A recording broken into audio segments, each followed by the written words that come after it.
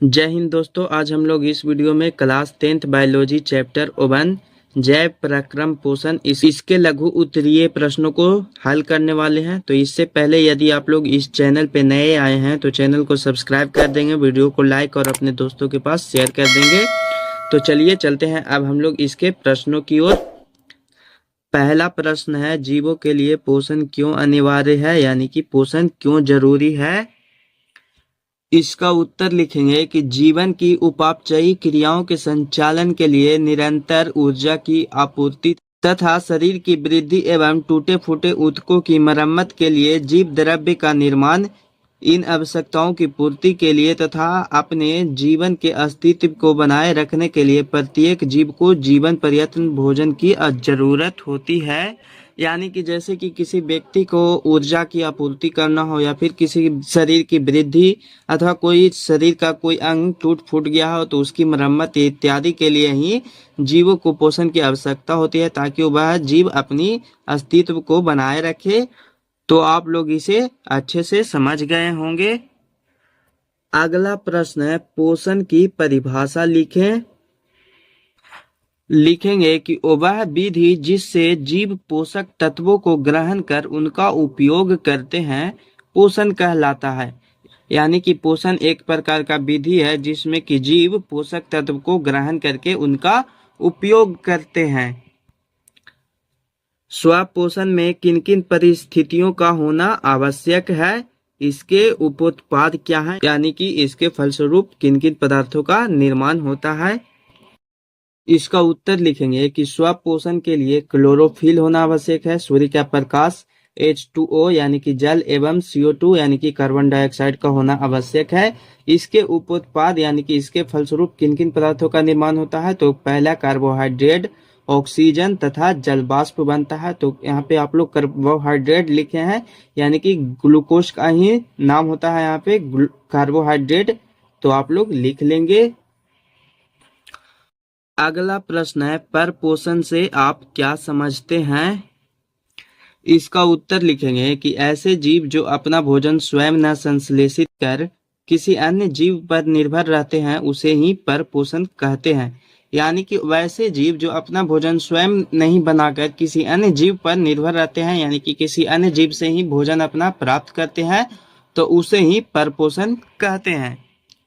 5 number प्रश्न है, मृत जीवी पोषण किसे कहते हैं। इसका उत्तर लिखेंगे कि मृत जीवी पोषण वह प्रक्रिया है, यानी कि मृत जीवी पोषण एक प्रक्रिया का नाम है जिसमें जीव अपना भोजन मृत जंतुओं एवं सड़े गले पेड़ पौधों से प्राप्त करते हैं। यानी कि मृत जीवी पोषण एक प्रक्रिया का नाम है जिसमें कि जीव है वह अपना भोजन मरे हुए जंतुओं एवं सड़े गले पेड़ पौधों से ही प्राप्त करते हैं। प्रश्न है, परजीवी पोषण क्या है। इसका उत्तर लिखेंगे कि परजीवी पोषण वह प्रक्रिया है जिसमें जीव अपना भोजन दूसरे जीवों के संपर्क में अस्थायी या फिर अस्थायी से रहकर अपना भोजन प्राप्त करते हैं। तो यानी कि हम लोग समझेंगे कि परजीवी पोषण एक प्रक्रिया का ही नाम है जिसमें कि जीव है वह अपना भोजन किसी दूसरे जीव के संपर्क में रहकर, यानी कि या तो वो उसके साथ रहते हैं अस्थायी रूप से या फिर अस्थायी रूप से रहकर ही उससे अपना भोजन प्राप्त कर लेते हैं, तो उसे ही परजीवी पोषण कहा जाता है। प्रश्न है, प्राणी समपोषी जीव किसे कहते हैं। इसका उत्तर लिखेंगे कि वैसे जीव जो अपना भोजन ठोस या तरल के रूप में जंतुओं के भोजन ग्रहण करने की विधि द्वारा करते हैं। यानी कि इसमें वैसे जीव आते हैं जो अपना भोजन ठोस या तरल के रूप में करते हैं तथा जिस प्रकार से जंतु अपना भोजन ग्रहण करते हैं उसी प्रकार से वह भी अपना भोजन प्राप्त करते हैं, उसे ही प्राणी समपोषी जीव कहा जाता है। अगला प्रश्न है, प्रकाश संश्लेषण से आप क्या समझते हैं। इसका उत्तर लिखेंगे कि हरे पेड़ पौधे सूर्य के प्रकाश की उपस्थिति में वायुमंडल से कार्बन डाइऑक्साइड तथा मिट्टी से जल प्राप्त कर अपना भोजन कार्बोहाइड्रेट बनाते हैं। इस प्रक्रिया को ही प्रकाश संश्लेषण कहते हैं। पत्तियों को प्रकाश संश्लेषी अंग क्यों कहा जाता है। इसका उत्तर लिखेंगे कि प्रकाश संश्लेषण की प्रक्रिया क्लोरोप्लास्ट में ही होती है।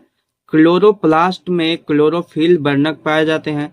चूंकि ये अधिकांशतः पौधों की पत्तियों में ही पाए जाते हैं, इसीलिए पत्तियों को प्रकाश संश्लेषी अंगक या फिर अंग कहा जाता है। तो हम लोग समझेंगे कि पत्तियों को प्रकाश संश्लेषी अंग इसलिए कहा जाता है चूंकि प्रकाश संश्लेषण की प्रक्रिया है वह क्लोरोप्लास्ट में पाया जाता है, यानी कि क्लोरोप्लास्ट में होता है। और यह क्लोरोप्लास्ट पाया कहाँ जाता है, तो क्लोरोफिल यानी कि पौधे के पत्तियों में पाया जाता है क्लोरोफिल। तो चूंकि ये पौधों की पत्तियों में ही क्लोरोफिल पाया जाता है, इसीलिए ही पत्तियों को प्रकाश संश्लेषी अंगक भी कहा जाता है।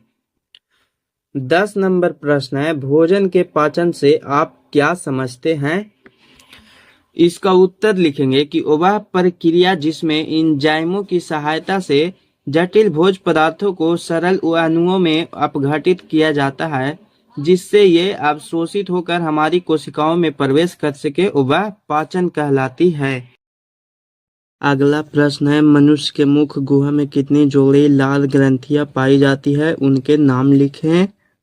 इसका उत्तर लिखेंगे कि मनुष्य के मुख गुहा में 3 जोड़ी लाल ग्रंथियां पाई जाती है। पहला ग्रंथि का नाम है पैरोटिड ग्रंथि, दूसरा है सबमैंडिबुलर ग्रंथि और तीसरा ग्रंथि का नाम है सबलिंगुअल लार ग्रंथि। तो आप लोग यहाँ पे ग्रंथि का नाम लिख लेंगे। प्रश्न है, मनुष्य में आमाशय कितने भागों में बटा होता है, उनके नाम लिखें। इसका भी उत्तर लिखेंगे कि मनुष्य में आमाशय 3 भागों में बटा होता है।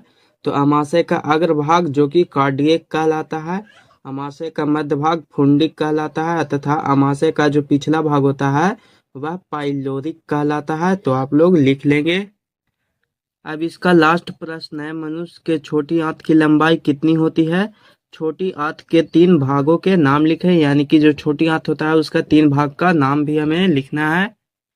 तो इसका उत्तर लिखेंगे कि मनुष्य के छोटी आंत की लंबाई 6 मीटर तथा चौड़ाई 2.5 सेंटीमीटर होता है। तो यहाँ पे लंबाई पूछ रहा था, तो लंबाई होता है 6 मीटर और तथा चौड़ाई 2.5 सेंटीमीटर होता है। छोटी आंत के 3 भाग होते हैं, पहला ग्रहणी, दूसरा जेजुनम और तथा तीसरा होता है इलियम। तो आप लोग लिख लेंगे। यहाँ पे सारे प्रश्न सॉल्व हो चुके हैं। और यदि आप लोग इसके दीर्घ उत्तरीय प्रश्नों का हल देखना चाहते हैं तो आप लोग कमेंट कर दीजिएगा। मैं इस पे जल्द ही एक वीडियो अपलोड कर दूंगा। तो फिर मिलेंगे हम लोग एक नए वीडियो के साथ। तब तक के लिए जय हिंद, जय भारत।